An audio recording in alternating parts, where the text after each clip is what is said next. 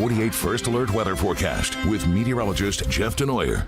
Here at home, we have been dry, so some much needed rainfall here. It's already coming down in some parts, Jeff. Yeah, it's been great because I think the models have really overperformed already this morning, which is fantastic. We could use the rainfall.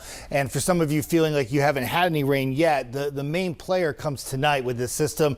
That's when the winds, even though breezy now, will ramp up, be a little bit stronger, and also the rain will come down heavier and cover more of the Tennessee Valley. You can see a few light raindrops hitting here in Huntsville.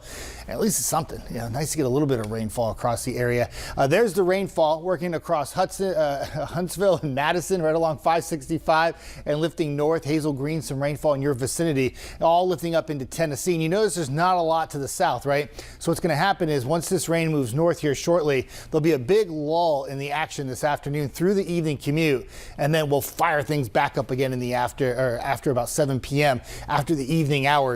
And that will be because this frontal boundary here is still to our west. What we've had is just a little taste or sampling of rainfall. But as this frontal boundary moves a little bit closer, it will not only increase the opportunity for rain, but it will increase the intensity of the rainfall and start to squeeze out some of those strong winds. And that's why we have a 48 first alert weather day when it's really happening at night after 7 p.m. So winds currently, they've been sustained about 10 to 15. We've had gusts already 25 to 30. Many of you mentioning it on social media. It's kind of windy out there, right? I think it gets a little windier before we're done with it. And that's because some of the forecasts are showing winds not only over 30 miles an hour, but by 7 p.m., a few locations with gusts over 40. Now, this is just forecast model data, but if this were to play out, we got some of these stronger winds. With the rain coming down heavy, yeah, there could be some isolated power outages for sure.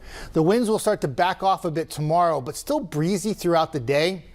No gust up to 40, but a 10 to 15 mile per hour wind gust, certainly part of the forecast for your Thursday as the system starts to pull away. When it comes to rainfall, could be a pretty decent soaker. I already have some nice rainfall here this morning. We could be, let's say 1 to 2 inches. I want to go bold and say maybe even a little higher than this. It just depends on how quickly and swiftly the rain will move out tomorrow morning, but we'll say 1 to 2. And especially for areas east of I-65, that is a good soaking rain that we really could use across the area. So hour by hour forecast, rain from now lifts north. A few little spotty showers in the afternoon by 4 or 5 p.m., but most areas dry for the evening commute. Then we go into 6, 7 o'clock. Here comes the first burst of rainfall lifting southwest to northeast. This is when you could have a few rumbles of thunder. Severe weather, thunderstorm-wise, is not expected. But again, when you have heavy rainfall and gusty winds, there could be a few isolated power outages. By midnight, still some showers and storms. They'll start to swiftly move off to the east by about 3, 4 o'clock in the morning.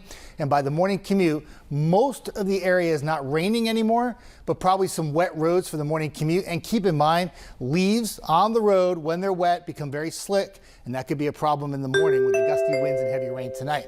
Cooler temperatures behind the system, bouncing back to near 70 by Sunday. Track a little bit more rain for early next week.